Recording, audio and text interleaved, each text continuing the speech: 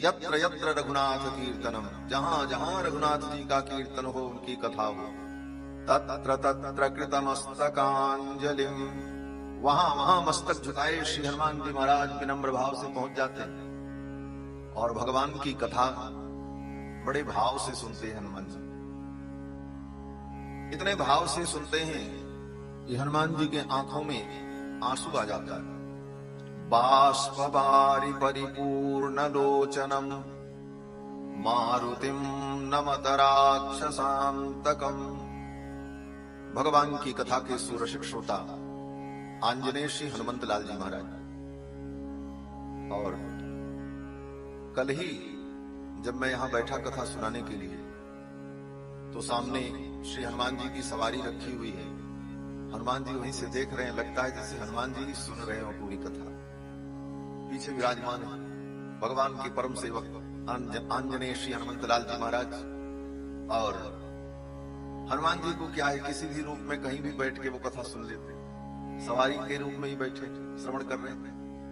ऐसे परम भागवत आंजनेय श्री हनुमंत लाल जी महाराज इस कथा के मुख्य यजमान श्री डॉक्टर अरविंद गनेरीवाल जी, श्री अनंत प्रसाद गनेरीवाल जी, गनेरीवाल परिवार के समस्त सदस्यगण,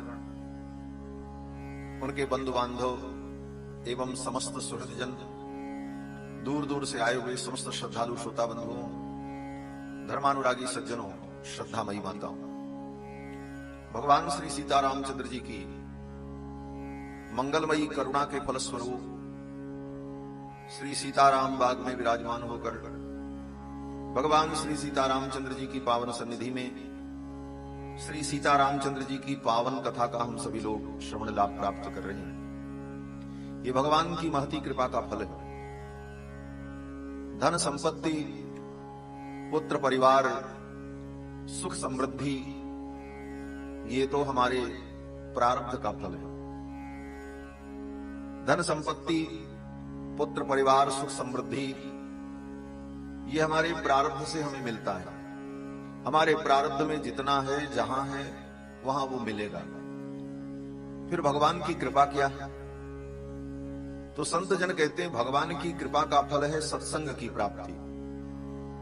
भगवान जब किसी जीव पर अनुग्रह करते हैं, कृपा करते हैं, तो भगवान की कृपा के फलस्वरूप उस जीव को सत्संग की प्राप्ति होती है। संत महापुरुषों के चरणों में बैठकर भगवान के पावन चरित्र को, भगवत विषय को सुनने का अवसर प्राप्त होता है। जब द्रवहि दीन दयालु राघव, साधु संगति पाइए, जेहि दरस परस समागमादिक पाप राशि नसाइए।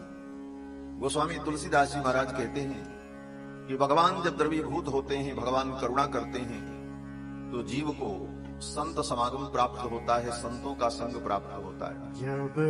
श्री कलि पावनावतार श्री गोस्वामी तुलसीदास जी महाराज कहते हैं कि जब भगवान द्रवीभूत होते हैं, भगवान करुणा करते हैं, तभी ऐसा सुंदर सुअवसर प्राप्त होता है। पवित्र पुरुषोत्तम मास, भगवान की पावन सन्निधि और भगवान श्री राम की मंगलमयी कथा सुनने और सुनाने का सुअवसर, ये जो मिला, ये भगवान की करुणा का फल, भगवान की कृपा का फल। इसी रूप में भगवान की कृपा और करुणा का अनुभव करना चाहिए। ये श्री राम कथा हमारे जन्म जन्मांतर के पाप का नाश करने वाली है। इसका एक एक अक्षर हमारे महान से महान पाप को नष्ट करने वाला। एकैकम अक्षरम प्रोक्तम महापातक नाशनम। भगवान श्री रघुनाथ जी का चरित्र, इसका एक एक अक्षर हमारे महान से महान पाप को नष्ट करने वाला। कल के प्रसंग में आप सभी लोगों ने श्रवण किया कि देवर्षि नारद ने महर्षि वाल्मीकि को संक्षेप में राम कथा सुनाई। 100 श्लोकों में राम कथा सुनाई। इसका नाम मूल रामायण है। इसी मूल रामायण को सुनकर के वाल्मीकि जी ने 24,000 श्लोकों में रामायण का विस्तार किया। फिर वाल्मीकि जी के 24,000 श्लोकों के विस्तार को पढ़कर श्री वेद व्यास जी ने 18 पुराण और महाभारत में राम कथा को लिखा। फिर बाद के कवियों ने, विद्वानों ने इन्हीं ग्रंथों के माध्यम से राम कथा को प्राप्त करके अपनी अपनी भाषा में, अपनी अपनी शैली में राम जी का गुणगान किया। पृथ्वी पर कहीं भी राम कथा विद्यमान है तो उसका मूल, यही मूल रामायण है जो नारद जी ने वाल्मीकि जी को सुनाया 100 श्लोक। और नारद जी को ये जो मिला, नारद जी ब्रह्मा जी के द्वारा मूल रामायण के ज्ञान को प्राप्त करके ब्रह्मलोक से आकर वाल्मीकि जी को ये ज्ञान प्रदान करते। श्री नारद जी महाराज जब वाल्मीकि जी को मूल रामायण सुना करके चले गए तो महर्षि वाल्मीकि ने सोचा अब चलें, संध्या वंदन का समय हो गया। नारद जी के चले जाने के बाद मध्याह्न काल की संध्या का समय आया तो महर्षि वाल्मीकि अपने शिष्य भरद्वाज जी को लेकर तमसा नदी के तट पर स्नान करने के लिए, संध्या वंदन करने के लिए गए। प्रातः संध्या तो कर चुके थे। उसके बाद देवर्षि नारद आए, कथा सुनाई, नारद जी चले गए। सब करते कराते मध्याह्न की वेला हो गई। महर्षि वाल्मीकि अपने शिष्य भरद्वाज जी को लेकर के तमसा नदी के तट पर आए। जगाम तमसा तीरम जाह्नव्यास्त्वविदूरतः। तमसा नदी के तट पर स्नान करने के लिए महर्षि वाल्मीकि अपने शिष्य भरद्वाज जी के साथ आए। देखा सुंदर घाट, जहां पर जल निर्मल था, कीचड़ भी नहीं था, स्वच्छ घाट देखा तो वाल्मीकि जी का मन प्रसन्न हो गया। वाल्मीकि जी ने भरद्वाज जी से कहा, अकर्दममिदं तीर्थम भरद्वाज निशामय। हे भरद्वाज, ये देखो कितना निर्मल तीर्थ है, यही हम लोग स्नान करें। और रमणीयम प्रसन्नाम्बुम, यहां का जल कितना रमणीय है। सन्मनुष्य मनो यथा। वाल्मीकि जी कहते हैं जैसे सत्पुरुष का मन निर्मल होता है उसी प्रकार ये निर्मल जल है, यही मैं स्नान करूं। सत्पुरुष का यही लक्षण है, जिसका मन निर्मल हो। तन भले गंदा हो, कपड़े साफ न हो, साज श्रृंगार न हो, लेकिन मन निर्मल है तो वो सत्पुरुष है। और मन निर्मल नहीं तो कितना भी साज सज्जा हो वो सत्पुरुष नहीं है। सत्पुरुष का यही लक्षण है, जिसका मन निर्मल है। सन्मनुष्य मनो यथा। और मन निर्मल होगा कैसे? बोले मन तभी निर्मल होता है जब हम भगवान की कथा सुनते। जिसने भगवान की कथा नहीं सुनी, भगवान की कथा में रुचि नहीं हुई, उसका मन निर्मल नहीं हो सकता। श्री वेदव्यास जी तो बड़े ही विश्वास के साथ कहते हैं कि एतस्मात् अपरम किंचिन मनःशुद्ध्यै न विद्यते। भगवान की कथा के अतिरिक्त मन को शुद्ध करने वाला दूसरा कोई साधन नहीं। न कोई ऐसा जल है, न कोई ऐसी औषधि है, न कोई ऐसा मंत्र है जिस मंत्र से, औषधि से आप अपने मन को पवित्र कर लो। मन को पवित्र करने का तो एक ही साधन है, भगवान की कथा श्रवण, भगवान की लीलाओं का वर्णन। और जिसका मन निर्मल हो गया वही सत्पुरुष है, वही सज्जन है। रमणीयम प्रसन्नाम्बुम सन्मनुष्य मनो यथा। वाल्मीकि जी ने कहा यही इस घाट पर हम लोग स्नान करें। अपने बलगल वस्त्र को, कमंडलू को रखा और स्नान करने का उपक्रम करने लगे। घाट का जो परिसर था बड़ा सुंदर था। तो वाल्मीकि जी ने कहा चलो थोड़ा टहल लेते हैं। वाल्मीकि जी अपने शिष्य भरद्वाज जी के साथ तमसा नदी के तट पर टहल रहे थे। तब तक वहां पर एक विचित्र घटना घटित हुई। क्रौंच पक्षी का एक जोड़ा वहां पर विहरण कर रहा था नदी के तट पर। क्रौंच एक पक्षी होता है जिसकी बड़ी बड़ी चोंच होती है और वो नर मादा पति पत्नी एक साथ ही विचरण करते हैं। क्रौंच पक्षी का जोड़ा वहां पर विचरण कर रहा था प्रसन्नता पूर्वक। तब तक कोई बधिक आया, कोई शिकारी आया, मांसाहारी कोई शिकारी, निषाद। और उस शिकारी ने उस नर मादा क्रौंच में जो नर था उसको अपने बाण से मार दिया।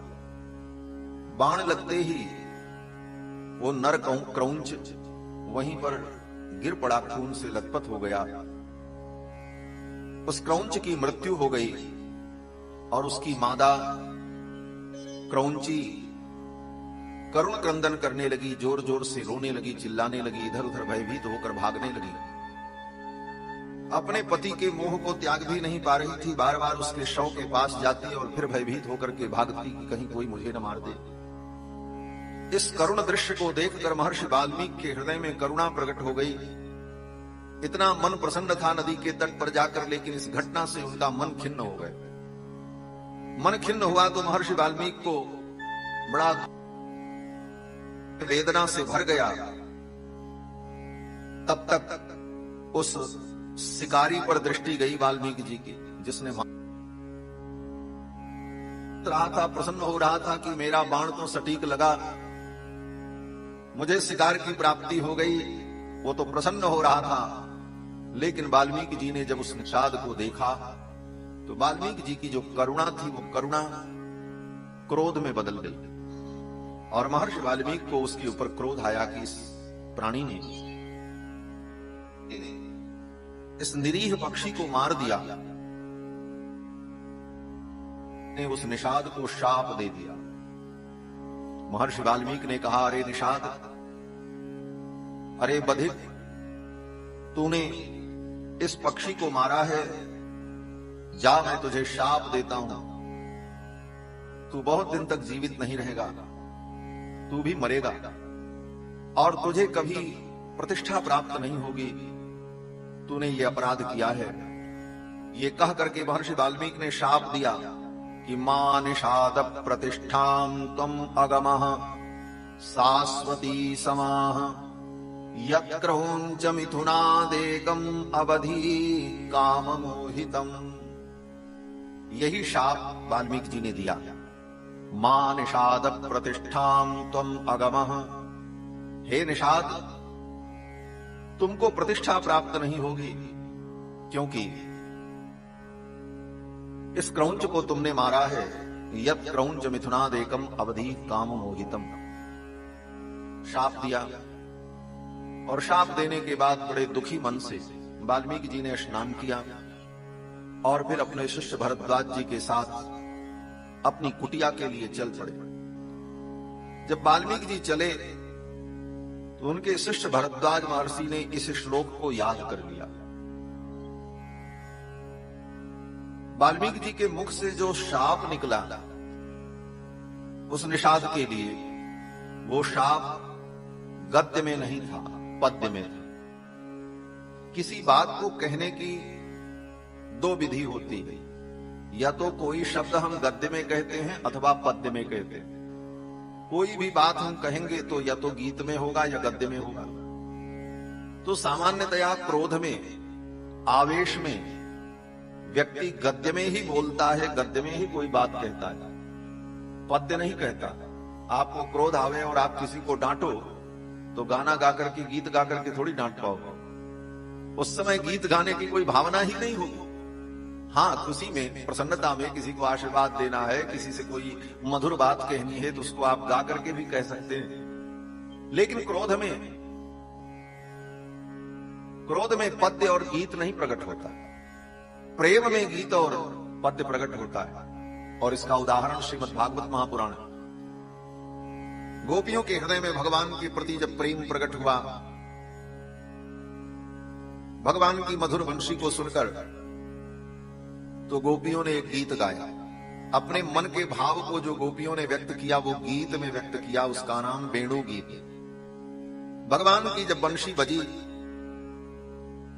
गोचारण करने के लिए भगवान जा रहे थे वृंदावन में, तो भगवान के सुंदर स्वरूप को देखा गोपियों ने। बरहा पीडम नटवर वपु कर्णयो कर्णिकारम बिभ्रद्वासः कनककपिशं वैजयन्तीं च मालाम् रन्ध्रान् वेणोरधरसुधया पूरयन् गोपवृन्दैः वृन्दारण्यं स्वपदरमणं प्राविशद्गीतकीर्तिः। भगवान के ऐसे दिव्य कमनीय स्वरूप को देखकर गोपांगनाओं के हृदय में भगवान के प्रति प्रेम प्रकट हुआ। इति वेणुरवं राजन सर्वभूत मनोहरम। सुखदेव जी कहते हैं, राजन, भगवान के वेणुरव को सुनकर सर्वभूत मनोहरम, गोपियों का मन आह्लादित हो गया और गोपियों के हृदय में प्रेम प्रकट हुआ। तो गोपियों ने गीत गाया और गीत के माध्यम से अपने मनोभाव को व्यक्त किया, उनके हृदय में भगवान के प्रति जो अनुराग था। तो प्रेम में तो गीत होता है। इसके बाद भी आगे रासलीला में जब भगवान अंतर्धान हो गए तो गोपियां भगवान के प्रेम में फिर गीत गाती, उसका नाम गोपी गीत। भगवान जब गोचारण के लिए चले जाते तो भगवान के प्रेम में निमग्न गोपियां मिल करके गीत गाती, उसका नाम जुगल गीत। आगे जब उद्धव जी संदेश लेकर के आए तो प्रेम में गोपियों ने एक गीत गाया जिसका नाम भ्रमर गीत। बहुत गीत है भागवत। कहने का तात्पर्य कि प्रेम में तो गीत हो सकता है, लेकिन क्रोध में कोई गीत नहीं गा सकता, कोई कविता नहीं सुना सकता। लेकिन महर्षि वाल्मीकि के मुख से जो शाप निकला क्रोध में, वो कविता में निकला, श्लोक के रूप में निकला। मानिषाद प्रतिष्ठां कम अगम शाश्वती समाह यत्रौंच मिथुनादेकम अवधि काममोहितम। यही श्लोक 32 अक्षर का अनुष्टुप छंद में महर्षि वाल्मीकि के मुख से प्रकट हुआ।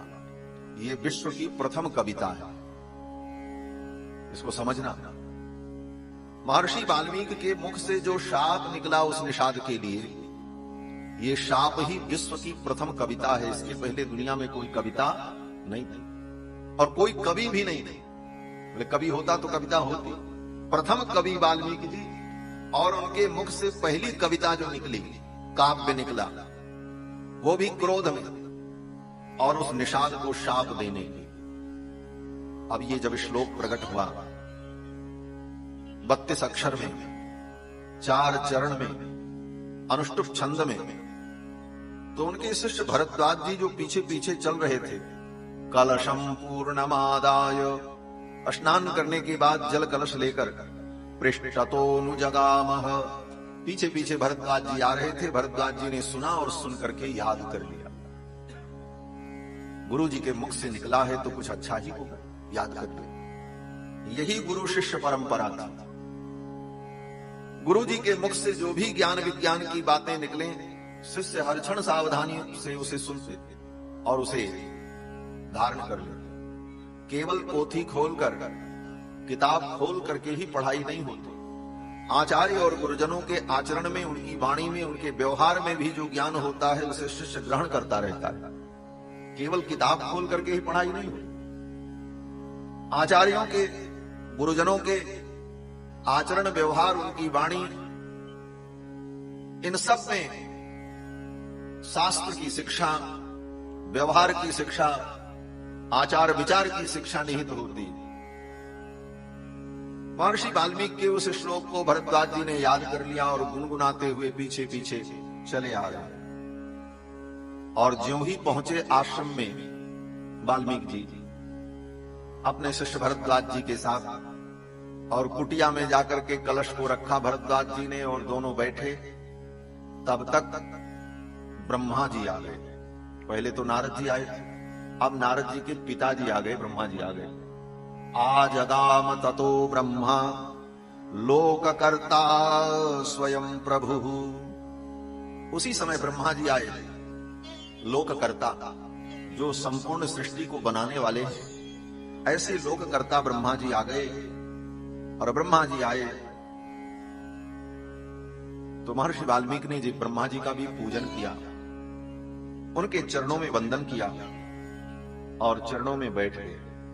तो ब्रह्मा जी ने कहा, वाल्मीकि, मैं किसी प्रयोजन से आया हूं, और प्रयोजन यह है कि तुम्हारे मुख से जो अभी अभी कविता निकली है, उस निषाद को शाप देने के लिए वो कविता किसी कारण से प्रकट हुई। क्या कारण था? तो ब्रह्मा जी कहते हैं कि मच्छंदा देवते ब्रह्मन् प्रवृत्तेयं सरस्वती। मच्छंदा देवते ब्रह्मन् प्रवृत्तेयं सरस्वती। ये सरस्वती, ये कविता तुम्हारे मुख से जो प्रकट हुई है, ये मेरे संकल्प से प्रकट हुई है, मेरी प्रेरणा से प्रकट हुई, और तुम्हारे द्वारा एक अद्भुत काव्य की रचना होने वाली है। कौन सा काव्य? तो ब्रह्मा जी कहते हैं कि रामस्य चरितम कृत्स्नम कुरुतम ऋषि सत्तम। हे ऋषि श्रेष्ठ, तुम रामचरित्र का लेखन करो, रामचरित्र को काव्य में लिखो, रामचरित्र विषयक काव्य की रचना करो। इसीलिए तुम्हारे मुख से ये कविता प्रकट हुई है और मेरी प्रेरणा से प्रकट हुई। नारद जी के द्वारा तुमने जो सुना है, उसी चरित्र का तुम विस्तार करो। वृत्तम कथय धीरस्य यथा ते नारदाच्छ्रुतम।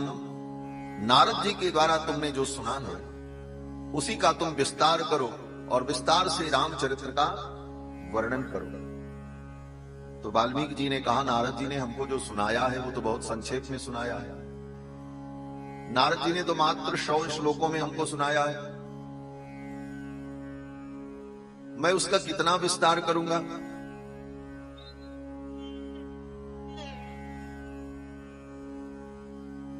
श्री सीतारामचंद्र भगवान की जय। ब्रह्मा जी ने आकर के कहा, हे मुनिवर, आप भगवान श्री रघुनंदन के पावन चरित्र का वर्णन करो। नारद जी से आपने जो सुना है उसी का विस्तार करो। वाल्मीकि जी ने कहा, मैंने नारद जी से जो सुना है वो बहुत संक्षेप में सुना है, संपूर्ण रामचरित्र का मैं कैसे वर्णन कर पाऊंगा? राम जी ने क्या क्या लीला की है, वन में उन्होंने कौन कौन सी लीला की, ये सब मैं कैसे जान पाऊंगा और कैसे वर्णन करूंगा? तो ब्रह्मा जी ने कहा, मैं आशीर्वाद देता हूं, मेरे आशीर्वाद से तुम संपूर्ण रामचरित्र को जान जाओगे। जो राम जी का चरित्र अविदित है वह भी तुमको विदित हो जाएगा। तच्चाप्य विदितम सर्वम विदितम ते भविष्यति। राम जी का जो चरित्र अविदित है, जिस चरित्र को तुम नहीं जानते अथवा जिस चरित्र को कोई नहीं जानता, अत्यंत गोपनीय चरित्र, तच्चाप्य विदितम सर्वम, वह अविदित चरित्र भी तुमको विदित हो जाएगा। बोले, ऐसा कोई चरित्र भगवान का होता है जो किसी को न पता हो? हाँ, जिस समय भगवान लीला करते हैं उस समय बहुत से ऐसे चरित्र होते हैं जो उस समय के साथ में रहने वाले लोगों को भी पता नहीं हो, लेकिन बाद में भगवान की कृपा से उन भक्तों को वो पता चल जाता है। एक उदाहरण केवल आपको हम दें समझने के लिए कि रामायण में गोस्वामी तुलसीदास जी महाराज लिखते हैं श्रीमद् रामचरितमानस में कि जब सीता हरण का समय आया, रावण सीता जी का हरण करने की योजना बना रहा था, तो राम जी ने एकांत में श्री जानकी जी से कहा, देवी आप तो सूक्ष्म रूप से अग्नि में प्रवेश कर जाओ, क्योंकि रावण आने वाला है। रावण आपको ले जाना चाहता है, आप अग्नि में प्रवेश कर जाओ और अपनी छाया को, दूसरे शब्दों में कहा जाए तो छाया प्रति माने डुप्लीकेट, छाया माने यही होता है ना, छाया प्रति, फोटोकॉपी। श्री जी से भगवान ने कहा, आप तो असली रूप में अग्नि में प्रवेश कर जाओ और अपनी छाया, अपना छाया चित्र, छाया रूप आप यहां रखो। रावण आएगा और उसी रूप को लेकर के जाएगा और वही कारण बनेगा रावण के संहार का, और ये रहस्य हमको और आपको, दो लोगों को पता रहेगा, बस तीसरा कोई जानेगा नहीं। और इतना जब भगवान ने कहा कि तुम पावक मह करहु निवासा भगवान ने कहा देवी आप तो अग्नि में निवास कर जाओ, तुम पावक मह करहूं निवासा और जब लगी करहूं निशाचर नासा। जब तक मैं असुरों का संहार करूं तब तक आप अग्नि में रहना, और बाद में जब रावण मर जाएगा तो अग्नि परीक्षा का मैं नाटक करूंगा कि सीता लंका से आई, इनकी अग्नि परीक्षा ली जाए। तो अग्नि परीक्षा तो दुनिया के लिए अग्नि परीक्षा होगी, लेकिन वो ये होगा कि वो छाया सीता जो रहेंगी वो अग्नि में प्रवेश करेंगी और फिर असली सीता अग्नि से निकल करके चली आएंगी। ये हम आप दो लोग जानेंगे, तीसरा कोई नहीं जानेगा। ये योजना राम जी ने बनाई। तुम पावक मह करहु निवासा और जब लगी करहु निशाचर नासा। और सीता जी ने अग्नि में प्रवेश किया। प्रवेक्षामि हुतासनम, अग्नि में प्रवेश कर गई जानकी जी। और ये लीला, ये रहस्य साथ में रहने वाले लक्ष्मण जी भी नहीं जान पाए। हाँ, लक्ष्मण जी को भी ये पता नहीं था। गोस्वामी तुलसीदास जी लिखते हैं कि लक्ष्मण हूं यह मरम न जाना, जो कछु चरित्र रचा भगवान। भगवान ने जो चरित्र रचा ये लक्ष्मण जी भी नहीं जान पाए। तो ऐसे ऐसे चरित्र जो साथ में रहने वालों को भी पता नहीं। अब प्रश्न ये है कि जब लक्ष्मण जी भी नहीं जान पाए तो गोस्वामी तुलसीदास जी कैसे जान गए? साथ रहने वाला नहीं जान पाया और इनको पता चल गया। बोले यही भगवान की कृपा है। भगवान की जब कृपा होती है तो भगवान की रहस्यमय चरित्र भक्तों के हृदय में प्रकट हो जाता है। इसीलिए ब्रह्मा जी ने कहा चिंता मत करो, भगवान का जो चरित्र तुम्हें विदित नहीं है वह भी चरित्र तुम्हारे हृदय में प्रकट हो जाएगा। तच्चाप्य विदितम सर्वम विदितम ते भविष्यति। और काव्य में, रामायण में जो तुम लिखोगे तुम्हारी बात कहीं झूठी नहीं होगी। न ते वागनृता काव्ये काचिदत्र भविष्यति। तुम्हारी वाणी कहीं पर अनृत नहीं होगी, झूठी नहीं होगी। तो वाल्मीकि जी ने फिर एक समस्या बताई।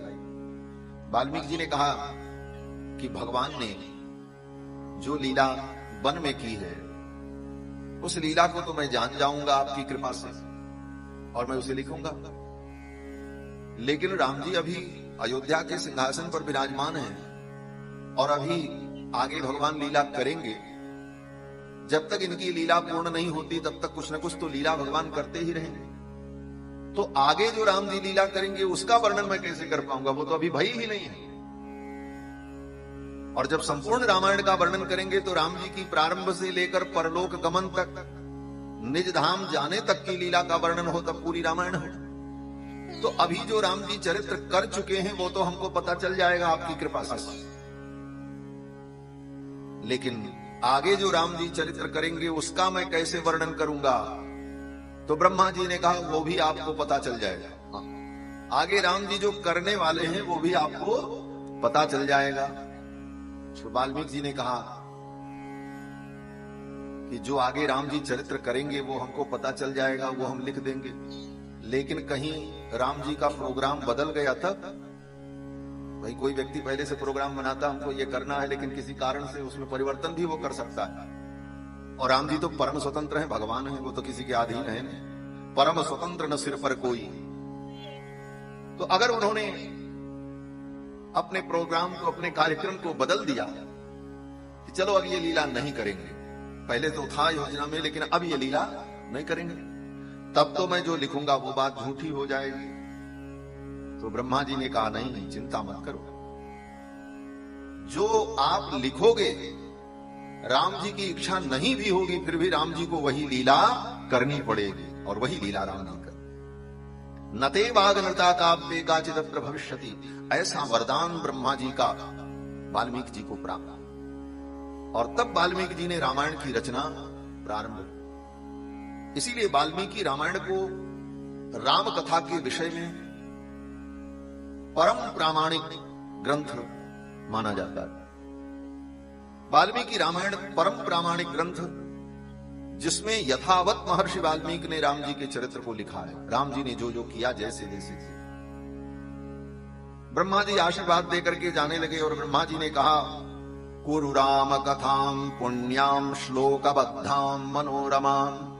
श्लोकबद्ध, मन को आनंद देने वाली राम कथा का वर्णन करो और तुम्हारे द्वारा लिखी गई राम कथा यावत् स्थास्यन्ति गिरयः, जब तक इस पृथ्वी पर हिमालय और विंध्याचल जैसे पर्वत रहेंगे, सरितश्च महीतले, जब तक इस पृथ्वी पर गंगा जमुना सरस्वती सरयू जैसी पवित्र नदियां प्रवाहित होती रहेंगी, हे वाल्मीकि, तब तक इस दुनिया में तुम्हारे द्वारा लिखी गई रामायण को लोग गाएंगे और सुनेंगे। ये आशीर्वाद ब्रह्मा जी ने वाल्मीकि जी को दिया। वाल्मीकि जी ने कहा हमको क्या मिलेगा, हमको भी कुछ मिलेगा।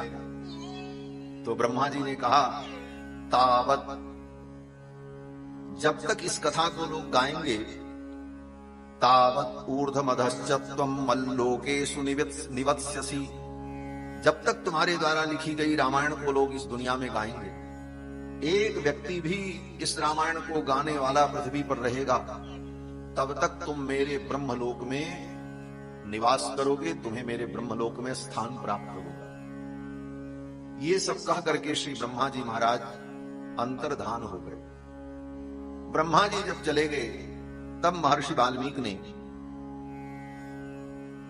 भगवान का स्मरण किया, आचमन किया और रामायण लिखना प्रारंभ करते हैं। उपस्पृश्योदकं सम्यक् मुनिस्थित्वा कृतांजलिः, उपस्पृश्योदकं, आचमन किया और पवित्र आसन पर पूर्वाभिमुख विराजमान हुए और भगवान का स्मरण किया। विराजमान श्री सीतारामचंद्र भगवान की जय। सीताराम